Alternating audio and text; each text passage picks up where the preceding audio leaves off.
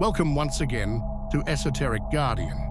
Today we're going to examine one of the most controversial and suppressed topics in modern conspiracy research. The 13 families that, to certain researchers and whistleblowers, form the apex of global power. The bloodlines that allegedly operate behind the curtain of public awareness, pulling strings that shape nations, economies, and human consciousness itself. Now, before we begin, I need to be crystal clear about something. What we're discussing today is based on research conducted by individuals like Fritz Springmeier, who spent decades investigating these families and paid a heavy price for it. We're also drawing from historical records, genealogical research, and patterns of power concentration that are documented and verifiable. However, the interpretation of these patterns, the connections drawn between them, and the alleged conspiracies attributed to these families exist in a contested space between documented fact and speculative theory. Mainstream historians and fact-checkers often dismiss these connections as coincidence or pattern-seeking. And they might be right, but they might also be missing a deeper pattern that only becomes visible when you look at centuries of interconnected power rather than isolated incidents. My role today is not to tell you what to believe. My role is to present the information, show you the patterns, explain the historical context, and let you draw your own conclusions. Because that's what real esoteric teaching is about. Giving you the tools to see for yourself, not telling you what to see. So let's begin with a fundamental question. Why 13 families? Why not 12, or 14, or 100? The number 13 holds profound esoteric significance. It appears throughout mystical traditions as a number of transformation, of hidden knowledge, of power that operates beyond the mundane. There were 13 at the Last Supper. There are 13 lunar cycles in a year. In tarot, the 13th card is death, representing not ending but transformation. In Kabbalistic tradition, 13 represents the unity of God's attributes. Whether these families deliberately structured themselves around this number, or whether researchers imposed this framework on them, the symbolism is undeniable. 13 represents a power structure that operates according to esoteric principles hidden from the profane world. Now let's examine each bloodline, understanding not just who they are, but what they represent in the architecture of hidden power. Let's start with the bloodlines that helped construct the American power structure, because understanding America is crucial to understanding modern global control. America wasn't just discovered, it was designed. It was built according to principles that the founding fathers, many of whom were Freemasons and esoteric practitioners, understood deeply. The Astor family represents the perfect example of how European aristocratic power was transplanted to American soil and transformed into something even more potent. Industrial capitalism merged with occult knowledge. John Jacob Astor arrived in America from Germany in 1784 with almost nothing. Within decades, he became the wealthiest man in America, controlling the fur trade, real estate in Manhattan, and eventually helping to establish the American banking system. Now, mainstream historians attribute this solely to business acumen and favorable timing. And certainly, Astor was a shrewd businessman. But what historians often downplay is his documented connections to European aristocracy, Masonic lodges, and the networks of power invisible to ordinary merchants. His rise wasn't just about selling furs, it was about access to capital, information, and protection that came from his initiations into secret societies. The Astor family became synonymous with American aristocracy. They built mansions that still stand today. They funded Columbia University and the New York Public Library. And most importantly, They created philanthropic foundations. And this is where we need to understand something crucial about how these bloodlines operate. Philanthropy is not charity. Philanthropy is power projection. Have you ever noticed how the wealthiest families are always the most generous? How they fund universities, hospitals, research institutions? On the surface, it looks like altruism, but look deeper. When you fund research, you determine what gets studied. When you fund universities, you shape what gets taught. When you fund think tanks, you shape what policies get proposed. When the Astors, and later the Rockefellers and other families will discuss, establish foundations, they're not just giving money away. They're shaping society according to their vision. They determine which ideas receive resources and which ideas die in obscurity. The Astor family's influence extended into the creation of the Federal Reserve System in 1913. John Jacob Astor IV died on the Titanic in 1912, just 1 year before the Federal Reserve was established. And here's where it gets interesting. 3 of the wealthiest men who publicly opposed the creation of a central bank, Astor, Benjamin Guggenheim, and Isidor Straus, all died on the Titanic. Mainstream historians say, coincidence, the ship hit an iceberg. Wealthy men traveled first class. Some died. Nothing more. Conspiracy researchers say, look at who benefited. Look at who survived. Look at what happened immediately after. I'm not going to tell you which interpretation is correct. I'm just going to point out that it's the kind of coincidence that makes researchers ask questions.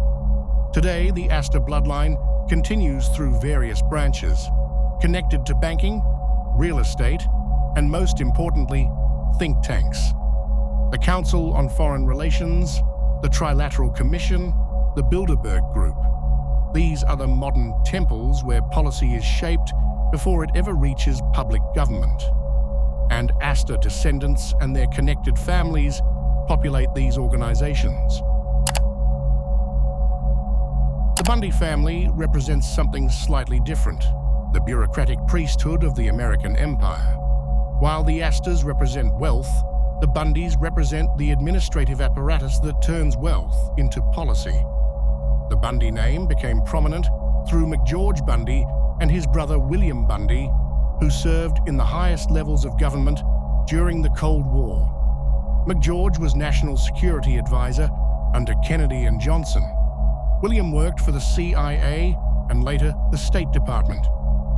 If you read their official biographies, they're described as brilliant public servants who dedicated their lives to American national security.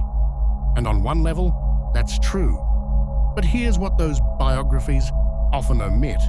The Bundys came from old New England stock, connected to Yale University and the infamous Skull and Bones Society, which we'll discuss more when we get to the Russel family. They represented the East Coast establishment, the Anglo-Saxon Protestant elite that traditionally controlled American foreign policy. They were the architects of the Vietnam War, of covert operations in Latin America, of the policies that shaped the post-World War II order. But were they serving American interests, or were they serving something larger?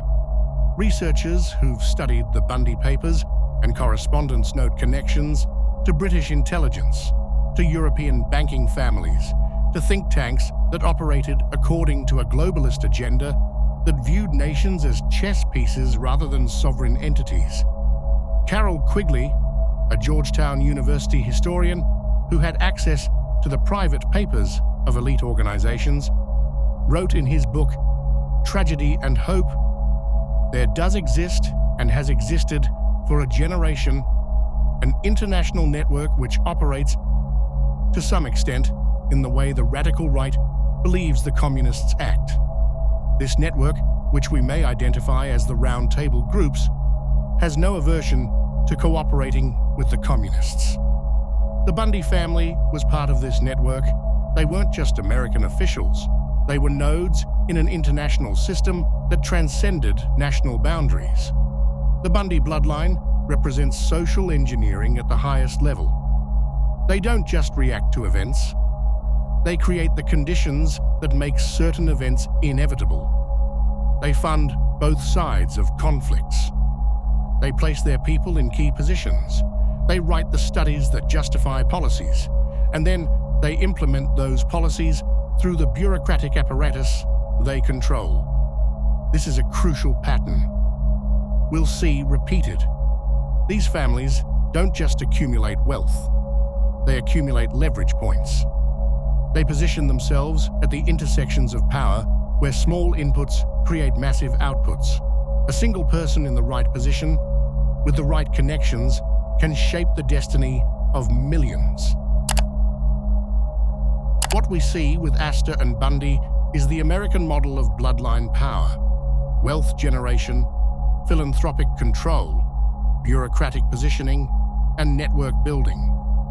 This model would be perfected by other families we'll discuss, but it started here, in the construction of American power during the 19th and early 20th centuries.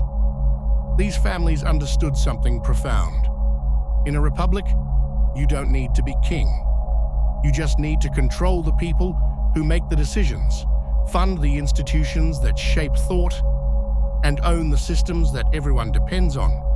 It's a more sophisticated form of control than hereditary monarchy, but it's control nonetheless. Now we move into more shadowy territory. Some bloodlines on this list are known primarily for their wealth or political influence, but others are known, at least in conspiratorial research, for something deeper: their role as carriers and practitioners of occult knowledge. Before we continue, let me ask you something. Do you believe that powerful people practice occult rituals? Does that sound absurd to you? Like something from a bad movie? Consider this. Every major civilization in history has had elites who practiced secret rituals. The Egyptian priesthood, the Roman augurs, the medieval alchemists, the Renaissance magicians. Why would our supposedly rational, modern civilization be the exception?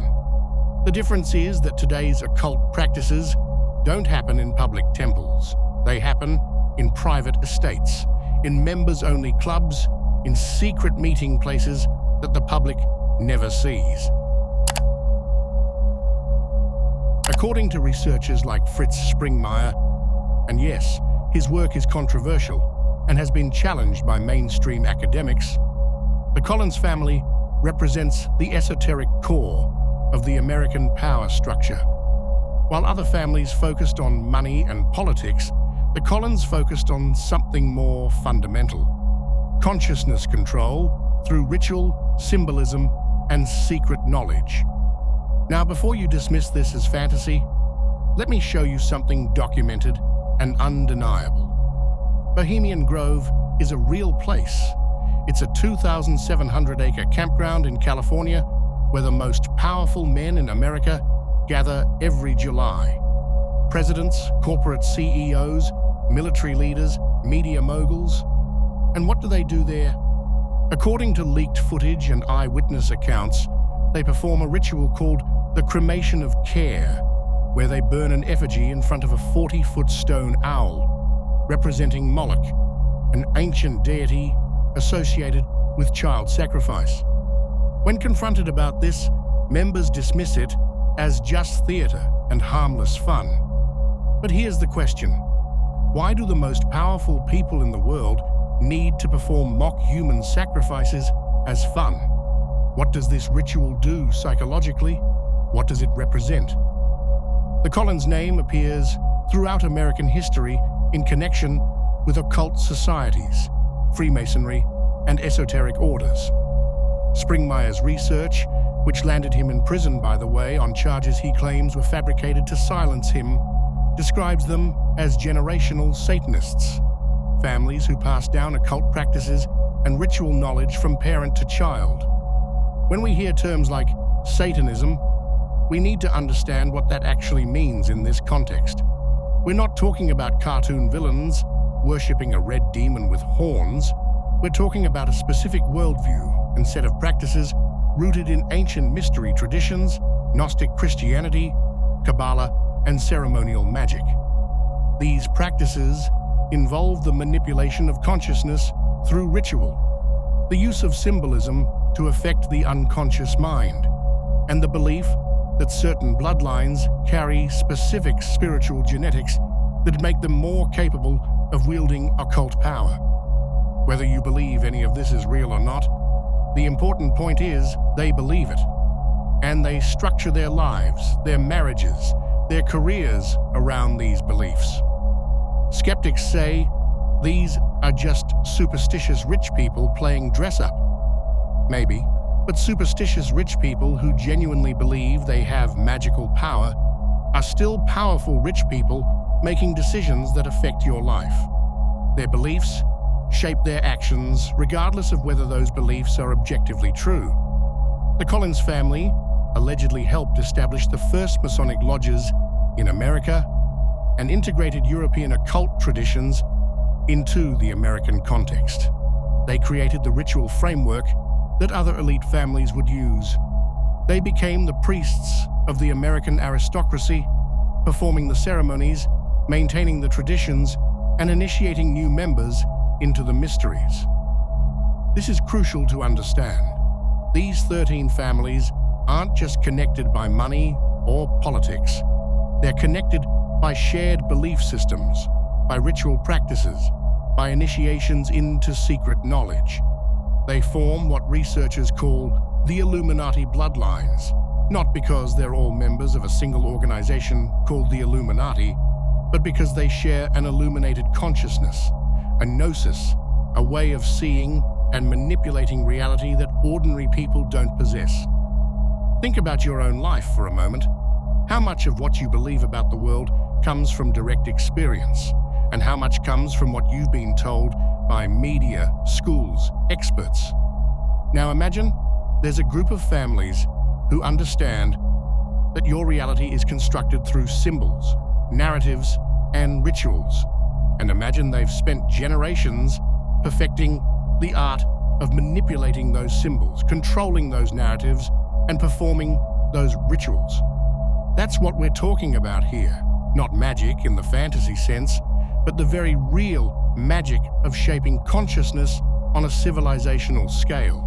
Now let's examine bloodlines that represent the marriage of power with technology, science, and systematic knowledge production. The Dupont family is one of the most fascinating examples of how aristocratic power adapted to the industrial age. They didn't just accumulate wealth. They built an empire on the things that modern civilization absolutely requires: chemicals, materials, weapons, and pharmaceuticals. The Dupont story begins in France, where the family was connected to aristocracy and operated a gunpowder mill. After the French Revolution, and note that many aristocratic families who fled revolutions seem to end up wealthier and more powerful afterward, they came to America and established what would become one of the most powerful industrial dynasties in history. Dupont de Nemours supplied gunpowder for virtually every American war. The War of 1812, the Mexican-American War, the Civil War, both sides, incidentally. They profited from conflict regardless of who won.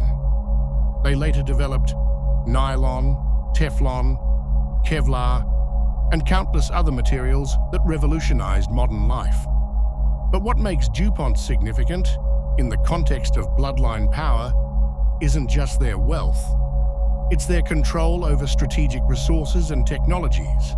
They hold patents on materials that are essential to modern life. They control chemical processes that governments depend on. They have the ability to enable or disable entire industries through their intellectual property. Let me give you a concrete example. DuPont developed and patented numerous pesticides and herbicides that modern agriculture depends on. They also developed seeds that only grow with those specific chemicals. They created a system where farmers worldwide must buy both the seeds and the chemicals from them, year after year. That's not just business, that's control over the food supply. Critics call this disaster capitalism or problem reaction solution. Create the problem, monoculture agriculture that requires chemicals. Offer the solution, patented chemicals and seeds. Profit from the dependency you've created. Defenders say, this is just capitalism working as intended, creating products people need and profiting from them. I'll let you decide which interpretation feels more accurate. The Dupont family also maintained extraordinary secrecy and insularity. They practiced extensive intermarriage within the family, creating a clan structure more reminiscent of European aristocracy than American democratic capitalism. At one point, Duponts owned most of Delaware, controlled its politics, and operated almost as a separate fiefdom within the United States. And they had documented connections to occult practices and secret societies. Several Dupont family members were involved in Freemasonry and other esoteric orders. John Dupont, one of the family heirs, exhibited increasingly bizarre behavior involving private wrestling teams and paranoid delusions before murdering an Olympic wrestler in 1996. The subsequent trial revealed a deeply dysfunctional family structure hidden behind the public image of philanthropic industrialists. What Dupont represents is the militarization of science. They turned chemistry into weapons, materials into control systems, patents into power. They showed how a family could dominate civilization not through gold or land, but through control of the fundamental materials and processes that civilization requires. The Russel family is absolutely crucial to understanding how elite bloodlines reproduce their power across generations. They didn't just accumulate wealth, they created the institutional mechanism for recruiting and initiating new members into the elite. Yale University and the Skull and Bones Society. William Huntington Russell co-founded Skull and Bones in 1832, modeling it after German secret societies he encountered while studying abroad. Skull and Bones isn't just a fraternity. It's an initiation system, a recruitment mechanism, and a lifetime loyalty network. Every year, 15 Yale juniors are tapped for Skull and Bones. These aren't random selections. They're the sons of existing members, or young men who show exceptional promise for elite service. Once initiated, they become bonesmen for life, connected to every other member through bonds of secrecy and mutual advancement. The list of bonesmen is staggering.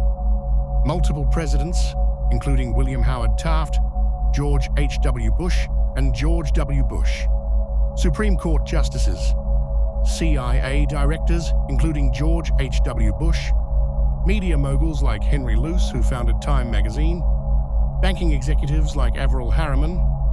Now, mainstream academics acknowledge that Skull and Bones exists and that it's an elite networking organization. Where they disagree with conspiracy researchers is on the significance. Academics say it's just networking like any alumni group. Successful people help other successful people. Nothing sinister. Conspiracy researchers say when you have a secret society where members take oaths of loyalty that supersede all other loyalties, including to country or family, and those members end up in the highest positions of power across government, intelligence, media, and banking, that's not networking, that's a shadow government. In 2004, both presidential candidates, John Kerry and George W. Bush, were Skull and Bones members. When asked about it by Tim Russert on Meet the Press, both men gave nearly identical responses. It's a secret. I can't talk about it. Think about that for a moment. Two men competing for the presidency of the United States, supposedly representing opposing parties and ideologies, both members of the same secret society, both refusing to discuss what happens in that society. Does that seem like democracy to you? Or does that seem like the illusion of choice? The esoteric elements of skull and bones are well documented by reporters who've interviewed former members willing to break their silence. The initiation rituals involve lying in a coffin, symbolic death and rebirth, and confessions of sexual history to create leverage and bonding. The meeting space, called the tomb, is filled with occult symbolism, including the skull and crossbones that gives the society its name, a symbol associated with death, mortality, transformation, and also, interestingly, with the Knights Templar and pirate flags. But perhaps most revealing is the society's nickname for outsiders: barbarians. To the bonesman, everyone outside their initiated circle is a barbarian, an outsider, someone who doesn't understand how power really works. This reveals the fundamental worldview of these bloodlines. They see themselves as a separate class, initiated into mysteries that justify their rule over the uninitiated masses. Dupont and Russel together represent the technological and educational infrastructure of elite power. Dupont shows how controlling materials and scientific knowledge creates leverage over civilization. Russel shows how controlling education and initiation creates a self-perpetuating elite that remains cohesive across generations. This is sophisticated system building. These families didn't just react to the modern world. They created the systems that define the modern world, then positioned themselves at the control points of those systems. Now, we come to bloodlines that exist at the intersection of power and mythology, families whose public image is so carefully constructed that separating fact from fiction becomes nearly impossible. The Kennedy family is perhaps the most paradoxical on this list. Publicly, they're America's royal family, symbols of idealism, youth, and progressive politics. In conspiracy research, they're either victims of the power elite or secret members of it, depending on which researcher you consult. The Kennedy patriarch, Joseph Kennedy Sr., made his fortune through banking, bootlegging during Prohibition. This is documented, not theory, and Hollywood. He had connections to organized crime figures like Frank Costello and Sam Giancana. He had connections to British intelligence during World War II when he served as ambassador. And he had connections to the highest levels of American finance. Joseph was relentlessly ambitious, determined to create an American dynasty that would rival the European aristocracies. He achieved this through his sons, Joseph Jr., who died in World War II, John F. Kennedy, who became president, Robert Kennedy, who became Attorney General, and Ted Kennedy, who became a powerful senator for decades. But here's where the conspiracy research gets interesting and where we have to be very careful to distinguish between what's documented and what's speculation. Documented fact: JFK was assassinated in 1963. The official story is that Lee Harvey Oswald acted alone. However, the House Select Committee on Assassinations concluded in 1979 that there was likely a conspiracy. The Kennedy family itself never believed the official story. Documented fact: RFK was assassinated in 1968. The official story is that Sirhan acted alone. However, ballistics evidence suggests shots came from multiple directions. Multiple witnesses reported seeing a girl in a polka dot dress fleeing the scene saying, "We shot him." This was never explained. Speculation: why were they assassinated? Some researchers claim JFK planned to dismantle the CIA after the Bay of Pigs disaster. He allegedly planned to pull out of Vietnam. He signed Executive Order 11,110, which some interpret as an attempt to issue silver-backed currency that would challenge the Federal Reserve's monopoly on money creation. He allegedly threatened to splinter the CIA into 1,000 pieces. Other researchers claim this is revisionist history, that JFK was as much a cold warrior as anyone, and that his assassination was about something else entirely.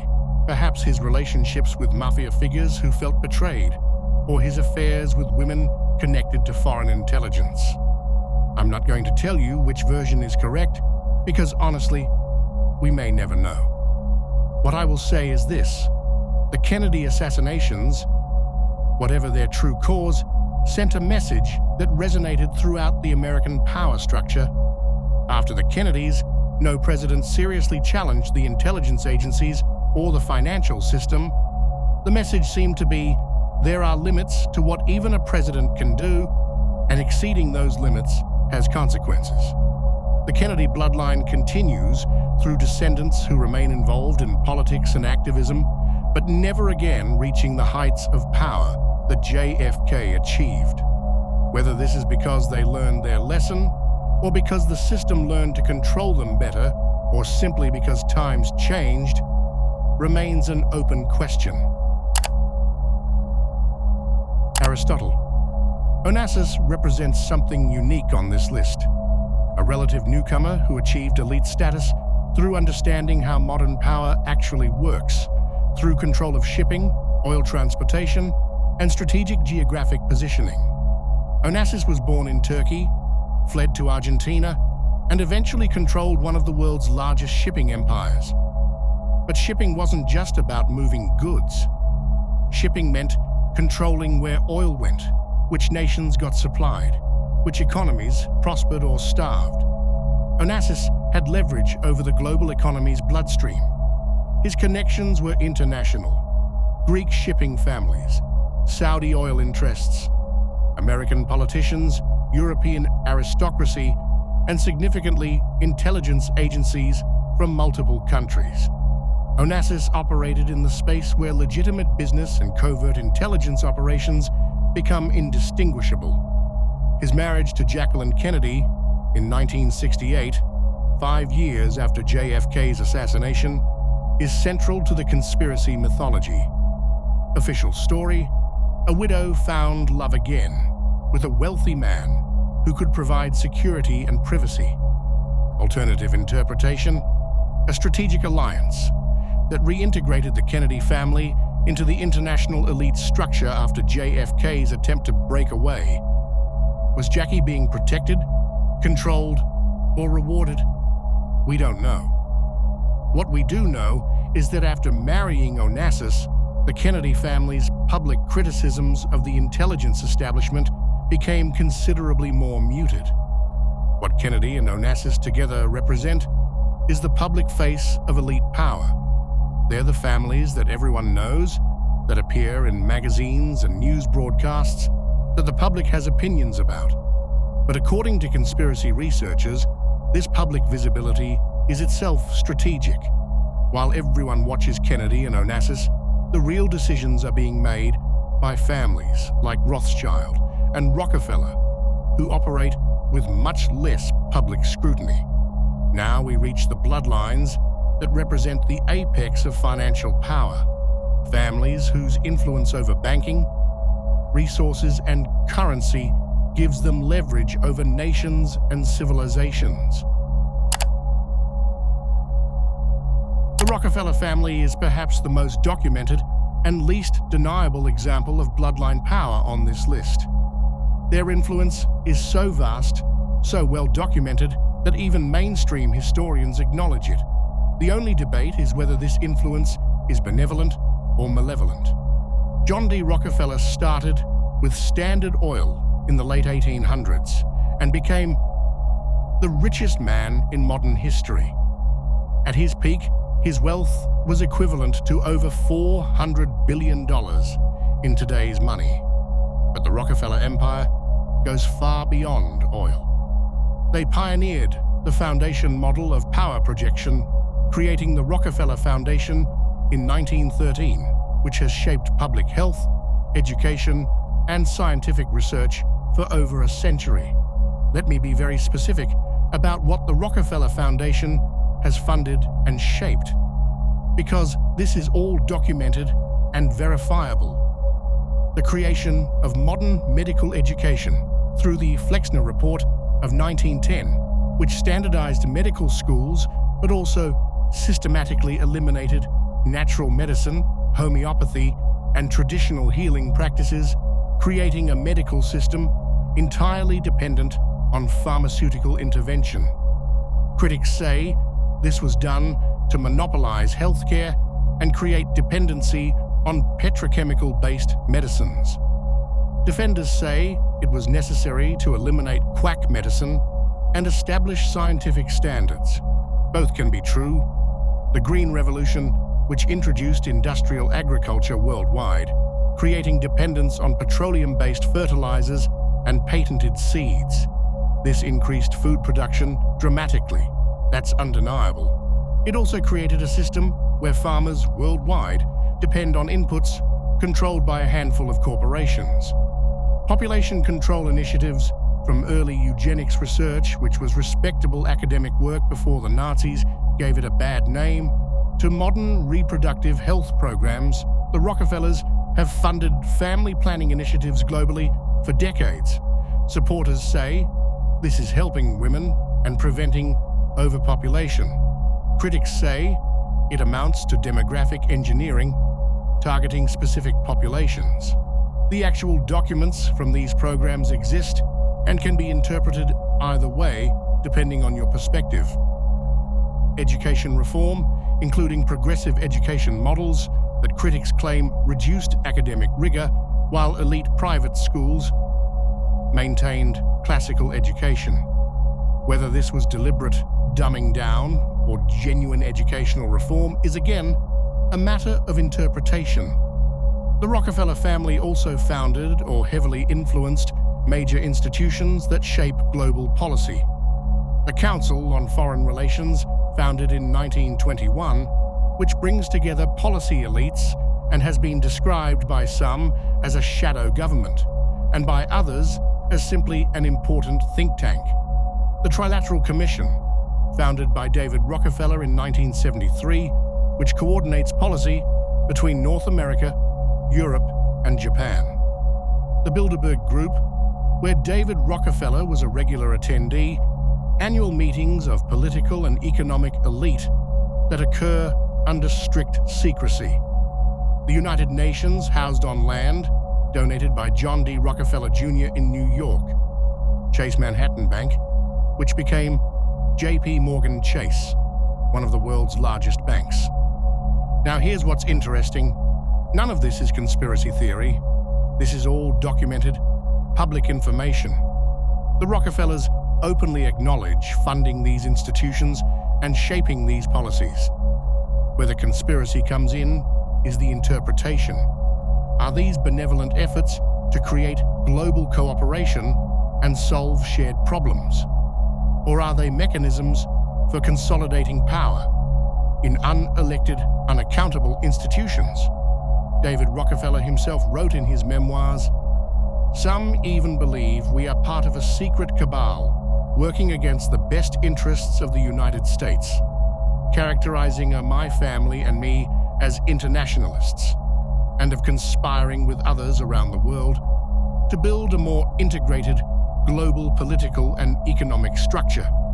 One world, if you will. If that's the charge, I stand guilty, and I am proud of it." That's a direct quote from his autobiography. He's openly stating that he worked to build global governance structures that transcend national sovereignty. Whether you see that as visionary or treasonous depends entirely on your worldview. This is what bloodline power looks like in its most efficient form. The Rockefellers don't need to run for office. They fund the people who run for office. They don't need to pass laws. They fund the think tanks that write the policy papers that become laws. They don't need to control media directly. They fund the foundations that fund the universities that train the journalists and produce the studies that media reports on. The Rockefeller approach is systemic control through institutional leverage. It's sophisticated, difficult to detect, and almost impossible to oppose because it operates through seemingly legitimate charitable and educational institutions. Rothschild family is the most controversial on this list because their story has been so polluted with anti-Semitic propaganda that discussing them at all requires extreme care. Let me be absolutely clear before we continue. The Rothschilds are one specific wealthy family that happens to be Jewish. Criticizing their business practices, their influence on finance, or their role in historical events is not anti-Semitic, any more than criticizing the Rockefellers is anti-Christian. What is anti-Semitic is using the Rothschilds as a stand-in for Jewish people generally, or claiming that Jewish people as a group control world finance, or promoting forged documents like the Protocols of the Elders of Zion as if they were real. With that critical distinction established, let's look at the documented history. Mayer Amschel Rothschild started a banking business in Frankfurt in the 1760s. He understood something crucial. Information traveled slowly in the 18th century. Whoever could move money and information fastest had enormous advantage. So he sent his 5 sons to establish banks in major European cities: Frankfurt, Vienna, Paris, Naples, and London. This created the first truly international banking network capable of moving money and information faster than governments could. The Rothschilds financed governments and often lent to both sides of conflicts, which is documented historical fact. They helped fund the British government during the Napoleonic Wars. They financed the construction of the Suez Canal. They funded diamond mining in South Africa and oil extraction in Russia. At their peak in the 19th century, the Rothschilds were likely the wealthiest family in the world. Their influence over European politics was undeniable and well documented in mainstream historical sources. Historian Niall Ferguson wrote a comprehensive history of the Rothschilds called The House of Rothschild, which is thoroughly sourced and academically respected. In it, he documents both the immense power the family wielded and also how that power has been exaggerated by anti-Semitic conspiracy theories. The modern Rothschild empire is more diffuse than in its 19th century peak. The family banks still operate, but they're no longer the dominant force in global banking they once were. Banking has become institutionalized and corporatized. Individual families, even wealthy ones, have less direct control than they did 150 years ago. What Rothschild represents in conspiracy literature is the concept of financial power transcending national boundaries. The idea that whoever controls money, supply controls nations. That governments are clients of banking families rather than the other way around. Whether this is currently true, whether it was ever as extreme as claimed, and whether the Rothschilds specifically hold this power are all contested questions. What's not contested is that international banking does influence national policy, that central banks do create money, and that private individuals do profit from public debt. Rockefeller and Rothschild together represent the financial architecture of the modern world. Rockefeller pioneered the American model. Control resources, build institutions, shape society through foundations. They pioneered the European model. Control banking, fund governments, profit from debt. Together, these models create a system where elite families control both sides of the economy. The real resources and the financial systems that assign value to those resources. This is the ultimate power, not just having wealth, but controlling the systems that create and distribute wealth. Not just influencing governments, but being the creditors that governments depend on. The Li family represents the Eastern connection in this global power structure. While most conspiracy research focuses on European and American families, the Li bloodline shows that this system is truly international. The Li family is one of the most prominent and ancient families in China, with historical connections to Chinese royalty and dynastic power. In modern conspiracy research, they're described as the Eastern equivalent of the Rothschilds, a family that controls banking, resources, and political influence across Asia. The Li Bloodline allegedly controls significant portions of the Asian drug trade, particularly the historical opium trade and modern narcotics trafficking. They have connections to triad societies, the traditional Chinese secret societies that operated as both criminal organizations and mutual aid networks. But more significantly, the Li family represents the integration of Communist China into the global elite structure. Despite the supposed ideological opposition between Communist China and capitalist West, conspiracy researchers note that Western banks and corporations have invested heavily in China, that Chinese elite send their children to Western universities, and that strategic cooperation between East and West continues behind the rhetoric of opposition. The Li Bloodline shows that this power structure transcends ideology and nationalism. Whether a country is capitalist or communist, democratic or authoritarian, the same basic pattern repeats. Elite families control resources, banking, and political access, while the masses live under whatever system they're told benefits them. The Van Duyn family is perhaps the most obscure on this list, known primarily through Fritz Springmeyer's research. They're a Dutch family with connections to European banking, and according to conspiracy literature, to NGO networks and international development organizations. The Van Duyns allegedly represent the European connection to global governance structures. They're involved in organizations that operate above national governments, the European Union bureaucracy, the United Nations system, international development banks, and NGOs that shape policy in developing nations.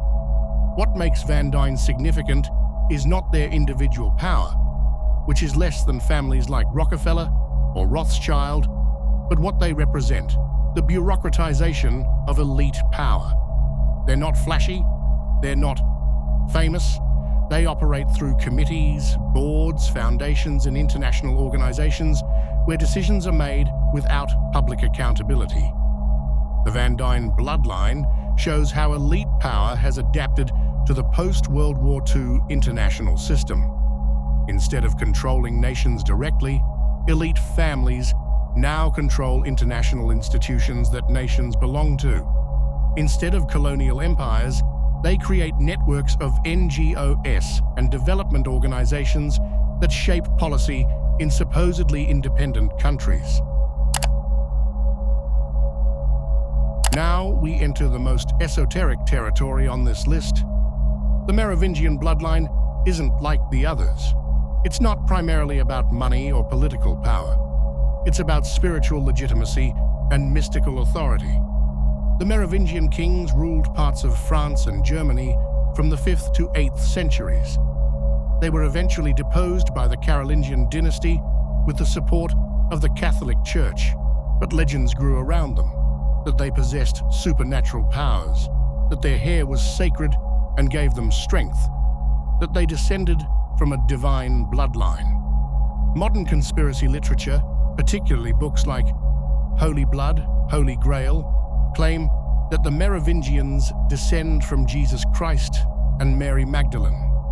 According to this theory, Jesus survived the crucifixion or had children before it, and this sacred bloodline was preserved in secret, eventually mixing with French and European royalty. This Merovingian theory connects to the Priory of Sion, allegedly a secret society dedicated to protecting this bloodline and eventually restoring it to power. The theory claims that European royal families, particularly the Habsburgs and other dynasties, are trying to preserve this Christ bloodline through strategic marriages. Now, is any of this historically accurate? Almost certainly not in the literal sense. There's no credible evidence that Jesus had descendants or that the Merovingians descended from him. But here's why this matters. Whether or not it's true, people believe it. Elite circles apparently believe they carry sacred bloodlines. They structure their marriages, their rituals, their entire worldview around the idea that their blood is special, chosen, divine. And this belief shapes behavior. If you believe you're descended from gods or from Christ himself, you'll behave differently than if you see yourself as just another human. You'll see yourself as having the right, even the responsibility, to rule over those with inferior bloodlines. The Merovingian myth represents the spiritual justification for bloodline power. It says, these families don't just have more money or better connections, they have divine right. Their blood is sacred, their rule is ordained by cosmic forces beyond human politics. This is the deepest level of elite consciousness. The belief that they're not just powerful, but cosmically entitled to power. So what do we make of all this? Are these 13 families really controlling the world? Are they a coordinated conspiracy or a loose network of shared interests? Are they driven by occult beliefs or just rational self-interest? The honest answer is, we don't know with certainty. What we do know is this: these families exist. Their wealth is documented. Their influence is documented. Their connections to each other through marriage, business, and organizational memberships are documented. These families have consistently opposed transparency, opposed democracy when it threatened their interests, and worked to create systems where power concentrates in elite hands. These families have demonstrable beliefs in bloodline superiority, occult practices, and their right to shape civilization according to their vision. Whether this amounts to a unified conspiracy or just the natural tendency of power to concentrate and perpetuate itself is perhaps less important than recognizing the pattern and its effects on human civilization. What's clear is that these bloodlines represent an alternative power structure that operates parallel to and often above official government. They've created a system where real power is hereditary, where elite status is maintained through bloodline and initiation, where the masses have the appearance of democracy while elite families make the actual decisions behind closed doors. The question for each of us is, what do we do with this knowledge? Do we accept it as inevitable? Do we work to expose it? Do we try to create alternative systems? That's not for me to tell you. But I can tell you this: knowledge is the first step to freedom. Understanding how power really works is the beginning of resistance to that power. These 13 bloodlines have maintained their power for generations by operating in the shadows, by keeping the masses ignorant of how civilization is actually controlled. Now you know. Now you see the architecture. Now the question is, what will you do with this knowledge? Friends, wherever you are, keep questioning, keep investigating. And remember, the truth is always hidden in plain sight, waiting for those with eyes to see. If you found value in this, subscribe to Esoteric Guardian and join us in pulling back the veil. Until next time.